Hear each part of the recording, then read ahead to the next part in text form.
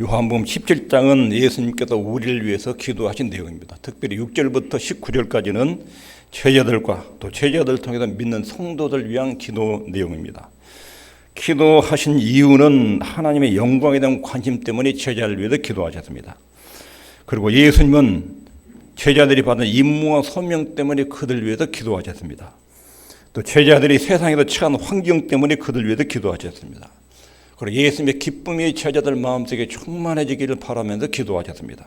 칼빈이라는 사람이 기독교 강요를 쓸 때 첫 페이지를 딱 열면 이런 내용이 나옵니다. 인간은 반드시 두 가지 지식을 가져야 된다. 하나는 하나님을 아는 지식이고 또 하나는 자기 자신, 즉 사람을 아는 지식이다. 이 두 지식은 서로 연결되어 있다. 하나님을 알면 인간을 알고 인간을 깊이 들여다보면 만드신 하나님을 알게 되어 있다. 이 두 가지를 알아야 인간의 삶의 목적과 방향과 내용이 제대로 만들어집니다. 피조물의 인간이 자기를 만드신 하나님을 모르면 삶이 어디로 튈지 모릅니다. 삶의 방향도 잃고 목적도 잃고 삶의 정체성을 잃게 됩니다. 특별히 하나님을 믿는 사람은 우리 믿음의 대상이신 하나님을 잘 알아야 됩니다. 그리고 내가 누구인지, 특별히 하나님의 자녀가 누구인지, 그리스도인은 어떤 사람인지, 그리스도인은 어떻게 살아야 되는지 이것을 명확하게 알아야 됩니다. 만약 우리가 그리스도인이 어떤 사람인지 그 주의를 위하고 하나님의 자녀의 특권과 누릴 영광을 정확하게 알면 하나님의 자녀라는 신분을 알게 되고 신분에 따른 특권을 알게 되고 결과를 알게 된다면 엄청난 부유로운 보배가 그 안에 있는데 자꾸 사람들의 성도의 시선이 이 은혜의 영역을 외면하고 자꾸 현실적인 필요, 건강한 것, 자녀들 잘 되는 것, 돈 버는 것 이쪽으로 늘 하나님의 이용을 하나님의 능력을 이용해서 이것을 혜택을 받으려는 이쪽으로 관심이 쏠린다는 거예요. 주님은 이런 쪽에 관심을 떼어내가지고 시선을 그리스도인의 정체성, 하나님의 자녀는 어떤 사람이냐 이것을 알기를 바라요.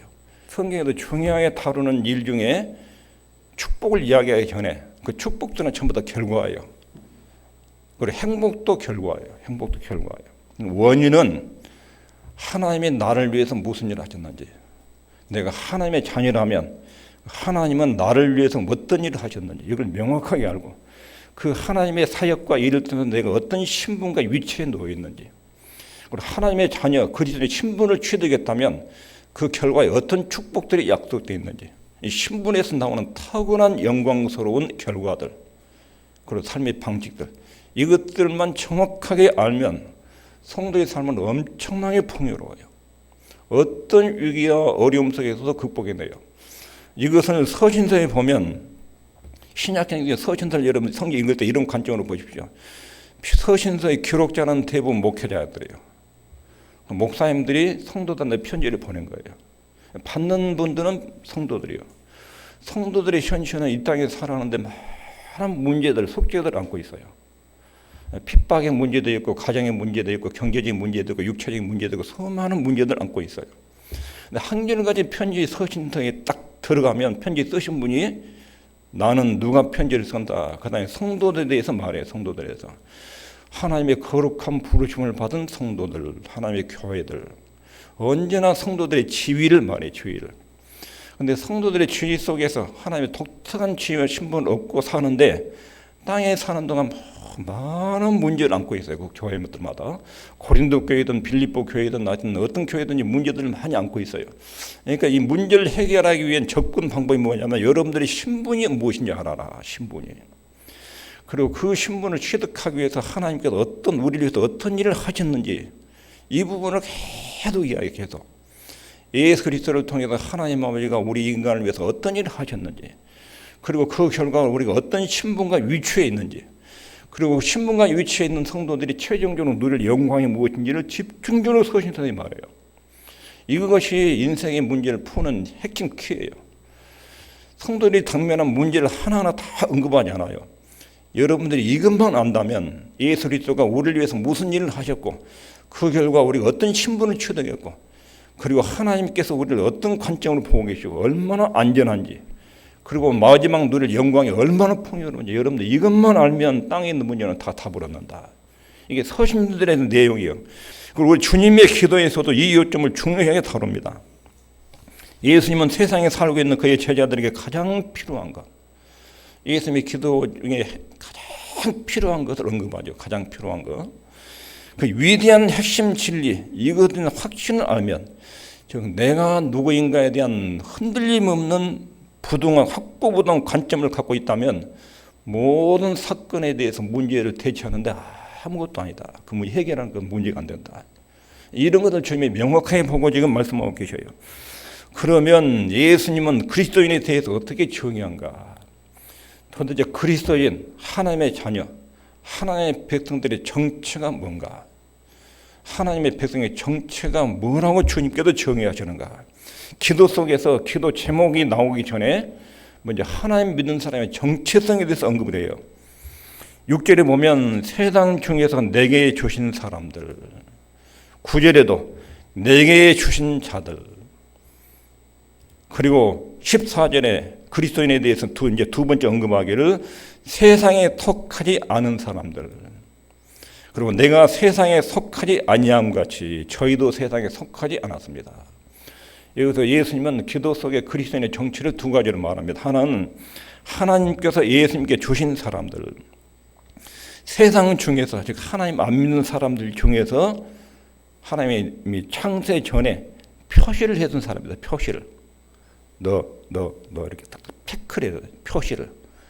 표시는 거 딱 주님이 하나님이 선택을 해가지고 그 선택된 사람들을 예수님께로 딱 넘겼어요.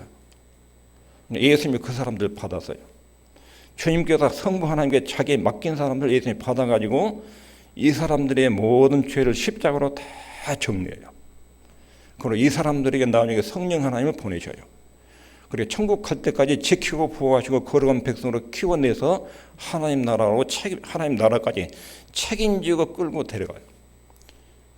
여기서 그리스도인은 누구냐? 성부 하나님의 창세전에 예수님께 넘겨온 사람이에요. 예수님께 받았습니다. 그런데 예수님은 그 중에 단 한 명도 뺏기지 않는다고 그렇게 말씀하셔요. 요한복음 10장에 보면 아버지께서 내게 준 자를 내가 한 명도 잃지 않고 천국에 갈 때까지 내가 데리고 갈 것입니다. 요 신문에서 약속하고 있는 내용이 뭐냐면 그리스도인의 영원한 안전성. 하나님의 자녀가 됐다는 것이 얼마나 안전한지. 창세전에 우리를 체크해두고 표시하고 선택했다가 예수님께 넘겼고 예수님이 그 사람들 딱 포미하고 십자가에 들어가서 다 포미하는 사람들 죄를 하나님께 다 갚으셨어요. 부활하셔서 이 사람들이 하나님의 생명을 다 주셨어요. 하늘 보좌에 올라가서 계속 포미하신 자기 자녀를 위해서 불꽃 같은 눈전으로 매일 살펴보고 계셔요. 기도하고 계셔요. 이렇게 영적으로 안전지대에 있는 사람의 택한 백성들. 이게 첫 번째 내용이에요. 그리스도는 누구냐? 세상에 있는 사람들 중에서 하나님께서 예수님에 맡긴 사람들. 이게 첫 번째 정의예요. 두 번째 뭐라고 말합니까? 세상에 속하지 않은 사람들, 세상에서 구별된 사람들. 오늘 중점적으로 살펴볼 부분이 이 부분입니다. 그리스도인의 정체, 세상에서 구별된 사람들, 세상에 속하지 않은 사람들. 이 말씀이 예수님의 기도 중에 17장에 여러 차례 반복됩니다. 이 말씀에 비춰볼 때 나는 그리스도인지, 나는 세상에 속해 있는지, 하나님께 속해 있는지 점검을 해야 돼요. 점검을. 나는 세상에 속한 사람인지, 하늘나라에 속한 사람인지. 이 땅에는 두 종류의 사람만 있습니다. 세상에 속한 사람, 세상에 속하지 않은 사람. 로마서 12장 2절에 이 세대를 본받지 말고 세상과 같은 짓을 하지 말고 이 세상을 닮은 태도로 따르지 말고 세상의 풍조를 모방하지 말고 세상의 삶을 표본으로 삼지 말고 세상의 유행에 맞춰 살지 말고 그런 뜻이에요. 그 다음에 야고보서 4장 4절에 세상과 벗된 것이 하나님과 원수가 된다. 세상 정신을 따라가는 것은 하나님과 원수다. 요한일서 2장 15절 16절에 세상에 있는 것들을 사랑하지 말라. 너희들이 세상을 사랑하면 하나님의 사랑이 너희 속에서 느껴지지 않는다. 세상에 있는 것들을 사랑하면 하나님 아버지의 사랑이 안 느껴진다는 거예요. 요한일서 5장 19절에 우리는 하나님께 속하고 온 세상은 악한 자 안에 속했다. 에베소 2장 1절부터 3절에 그때는 예수를 믿지 않을 때 그때는 우리는 세상 풍속을 따랐다. 공중 권세 잡은 자를 따랐다. 예수를 안 믿을 때는 마귀의 지배를 받고 마귀의 정신을 따라서 세상 유행을 따라 살았다. 그러면 여기서 세상에 속한 것이란 것이 뭐냐?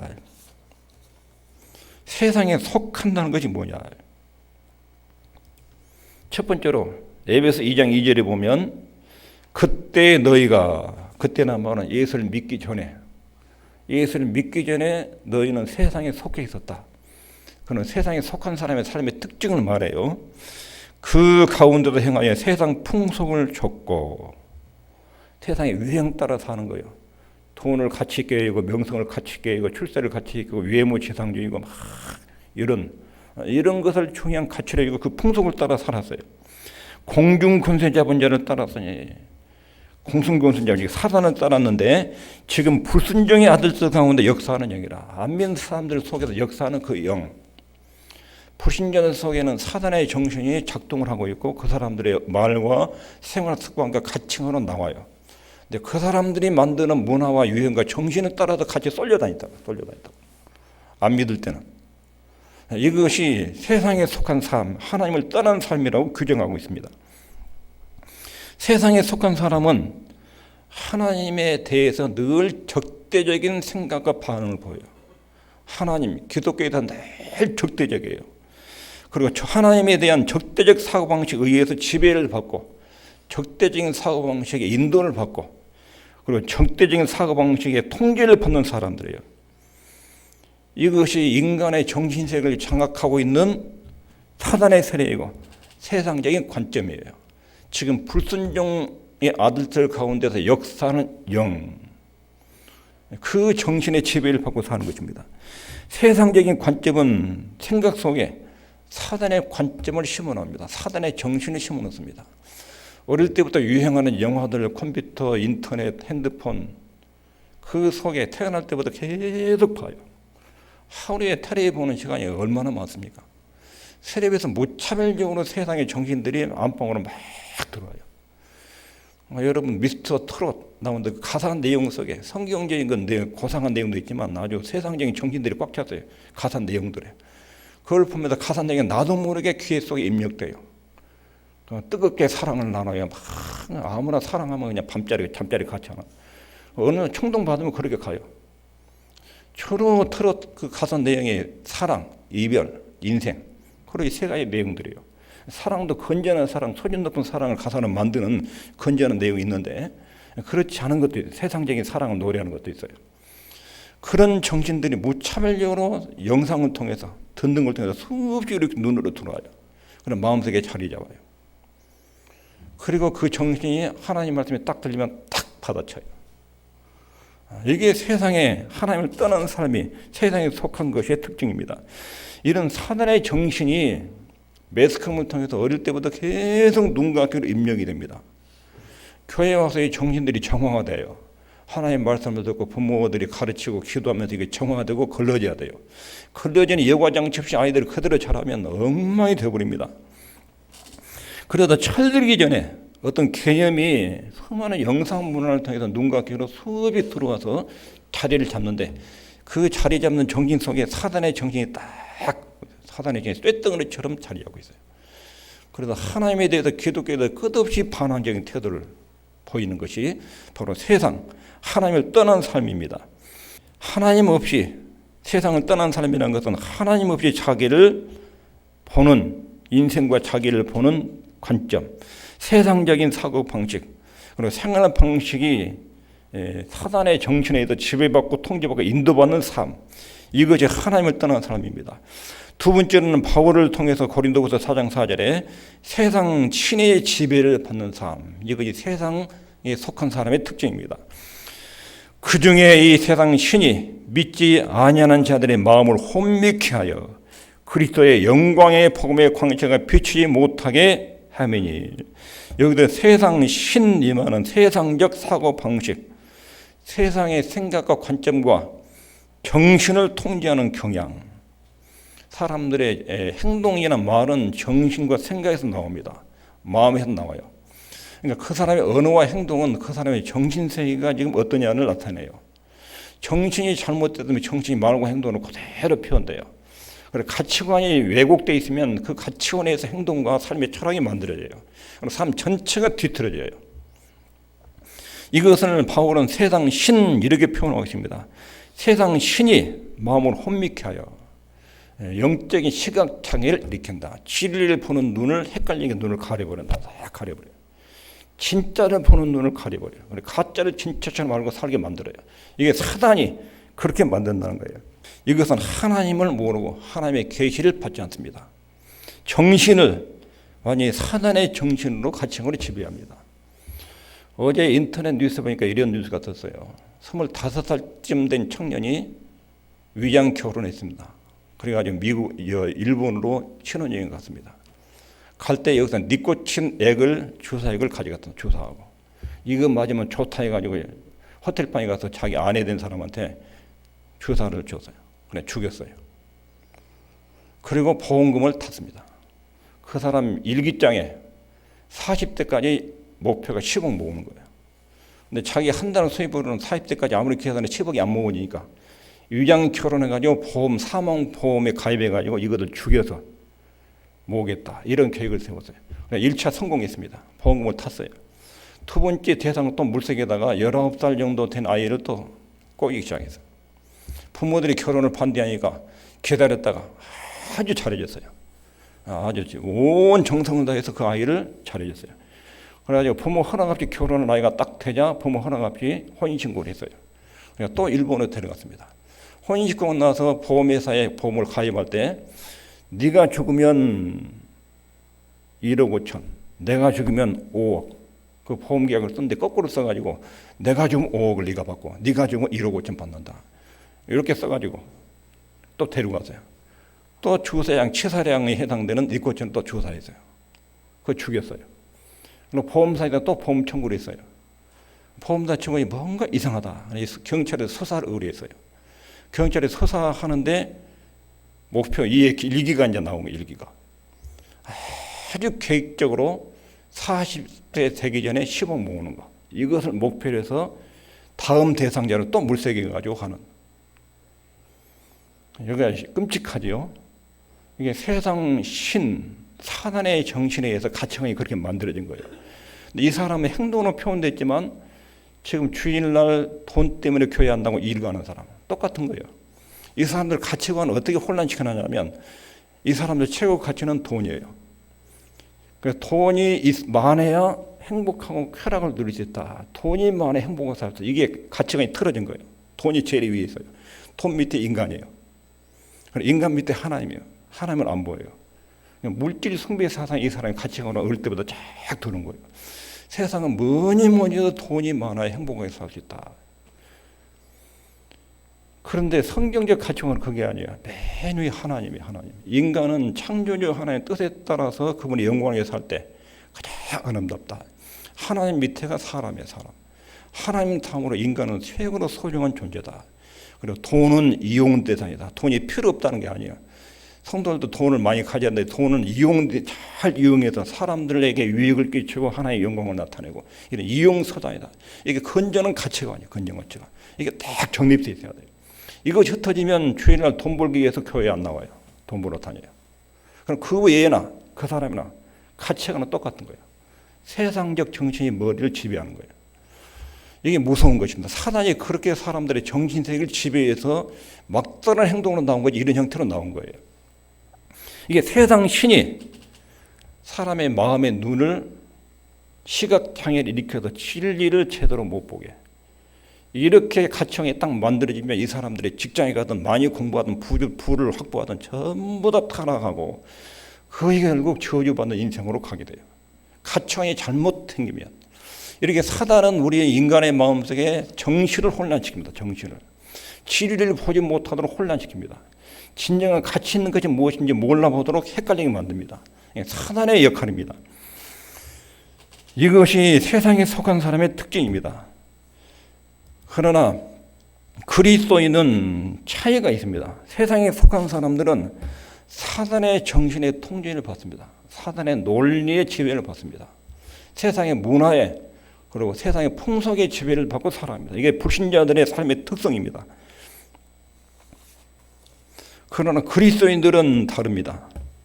그리스도인들은 하나님의 말씀 계시를 받습니다. 위로부터 들려오는 말씀을 받고 내 인생을 점검하고 진단합니다. 이게 그리스도인이에요. 그러니까 내가 세상에 속했느냐 하나님에 속했느냐, 이것은 온전하지 못하지만 어떤 위기가 만나고 문제가 생기면 하나님께 자꾸 물어봐요. 전국대적 표준을 하나님이 알려줬기 때문에 하나님이 이럴 때는 내가 어떻게 해야 바른 길로 가는 것입니까? 적어도 이런 심성이 있고 이런 심정인 사람은 그 사람은 세상에 속한 사람이 아니에요. 지금 내 마음이 혼란해서 어떻게 해야 하나님 뜻대로 사는 건지 내가 모르겠습니다. 그래, 하나님이 좀 가르쳐 주시고 나는 그 말씀을 따라서 말씀의 지배를 따라서 살고 싶습니다. 비록 육신의 욕망 때문에 연약함 때문에 넘어졌지만 다시 일어나가지고 하나님의 말씀의 통제를 자꾸 받는 쪽으로 넘어오는 거예요, 생활이. 이 사람들은 세상에 속하지 않은 사람이에요. 세상에 속한 사람은 언제나 세상의 유행에 따라서 살아가요. 교회 생활은 취미 생활이에요. 어렵고 힘들 때 한번 나가도 도움을 받는 정도로, 위로를 받고 평안을 얻는 정도로 생각하고 세상 정신을 따라 살아가요. 그건 하나님 믿는 삶이 아니에요. 그리스도인은 철저하게 하나님 말씀의 계시의 통제를 받습니다. 세상에 속한 사람은 영적인 일에 완전히 죽어 있습니다. 영적인 일에 죽어 있다면 하나님, 천국, 영생, 진리 이런 부분에 대해서 무관심해요. 하나님, 영생, 천국, 바르게 사는 것, 진정한 행복, 진정한 진리 이런 내용에 대해 무관심해요. 관심은 돈, 쾌락, 즐기는 것, 부, 명예 여기에 집중되어 있어요. 고린도전서 2장 14절 육에 속한 사람은 하나님의 성령의를 받지 아니하나니. 성령의 이름 구원, 죄 용서, 하나님의 자녀되는 것 이런 것들이에요. 저희에게는 미련하게 보이며 깨닫지도 못하나니 이런 일은 영적으로 나야 분별합니다. 성령의 일, 구원, 죄 용서, 천국 무관심해요. 다 미친 소리라고. 천국 지옥 미친 이야기라고. 미련하게 보여요. 에베소 2장 1절에 너희의 허물과 죄로 죽었던 너희를 사시려도다. 예수 믿기 전에는 성령과 영혼이 연결이 안 돼 있고 영적인 상태가 죽어 있었다는 거예요. 이것이 허물과 죄로 죽은 상태. 그러니까 하나님과 천국과 영생에 대해서 전혀 무관심하고 알지도 못하고 죽어 있는 것입니다. 어리석게 보이는 거예요. 요한일서 2장 16절에 이는 세상에 있는 모든 것이 육신의 정욕과 안목의 정욕과 이생의 자랑이니. 세상의 특성을 말하죠. 정욕이라는 것은 거기에다가 에너지를 집중한다는 거예요. 집착한다는 거예요. 집착. 사람들이 집착하는, 세상에 속한 사람들이 집착하는 내용이 뭐냐면 육신의 정욕, 타락한 본성, 하나님을 대적하고 자기 영광, 자기 만족을 추구하는 일에 집중을 해요. 하나님은 전혀 무관심해요. 안목의 정욕, 외모에 집중을 해요. 외모에. 매력적인 몸매, 외형, 매력적인 외모를 꾸미는데 모든 에너지를 다 쏟아부어요. 매일 건강상식에 집중하고 피부 가꾸는 일에 몸매하는데 하루 종일 돈 벌어가지고 운동하고 먹고 날씬한 몸이 만드는 에너지를 다 쏟아부어요. 이게 육신의 정욕, 안목의 정욕이요. 이생의 자랑. 이생의 자랑이라는 것은 물질과 명성에 대해서 과대평가해서 엄청나게 자랑, 허세를 부르는 거예요. 가문, 배경, 조상, 학력, 직장 이런 것들을 가지고 계속 우쭐거려요. 내가 한 달에 얼마 번다, 나는 어느 정도 벌고 있다, 이거 가지고 우쭐거려요. 자기 신랑은 어떤 직장에 다니고 있다, 이런 것을 늘 자랑 삼아서 이야기해요. 다른 사람과 대조해도 계속 자기가 더 낫다고 우쭐거리는 이런 잘난만 사는 거, 이게 이생의 자랑이에요. 세상에 속한 사람은 영적인 일에 관심이 없고 육신의 정욕, 안목의 정욕, 이 상의 자랑, 여기에다가 에너지가 집중되어 있고 이것이 자기 삶의 가치를 이루고 있어요. 이것이 이 사람 인생을 만들어내고 있어요. 이것이 세상에 속한 사람들의 전형적인 특징입니다. 세상에 속한 사람 세상의 세 번째 특징은 자기 야망을 위해 삽니다. 자기 야망. 성도들은 하나님의 비전을 위해 살아요. 하나님 나를 왜 만들어 놓으셨느냐, 왜 이 자리에 세우셨느냐, 왜 이런 환경을 주셨느냐, 하나님 왜 이런 축복을 나게 주셨느냐. 그러나 하나님의 뜻을 찾아서 거기에 비전을 두고 살아. 이건 야망이 아니에요. 세상의 야망이라는 것은 철저하게 자기 영광이에요. 자기 목적, 자기가 설정한 목적을 이루어서 자기를 영원롭게, 자기 이름을 빛내는 이런 것을 목적으로 살아갑니다. 하나님의 은혜가 우리 속에 들어와서 육신의 정욕, 안목의 정욕, 이 세상의 자랑을 정확하게 딱 보이지 않는 이상 인간은 그 욕망에서 벗어나지 못합니다. 하나님께서 우리를 성령으로 감동해서 육신의 정욕, 안목의 정, 이생의 자랑을 어느 날 고난을 때도 팍 깨뜨리고 진짜 삶의 가치인 하나님의 진리가, 하나님의 은혜와 사랑이 내 속에 돌아도 자리 잡지 않는 이상 우리는 이런 차례를 이탈하지 못합니다. 이것이 참 인간의 비극입니다. 인간은 본질적으로 하나님에 대해서 전혀 생각하지 않고 찬양도 감사도 돌리지 않습니다. 창조주 하나님 우주를 만들고 우리 생명체를 만들고 살 수 있는 환경을 다 만들어놨죠. 그러면 피조물 인간은 마땅히 주인 되신 하나님을 높이고 감사해야 돼요. 근데 마땅히 돌려야 될 하나님을 대적하고 없다고 무시하고 조롱을 하는 거예요. 이게 야망을 위해 사는 사람의 특징입니다. 그리고 자신과 가족만을 위해 삽니다. 하나님에 대해서 전혀 생각하지 않습니다. 이것이 세상에 속한 사람들의 삶의 특징입니다. 그러면 그리스도인들은 누군가? 예수님께서 세상에 속하지 않는 사람들은 이런 사람이다. 우리 주님께서 설명합니다.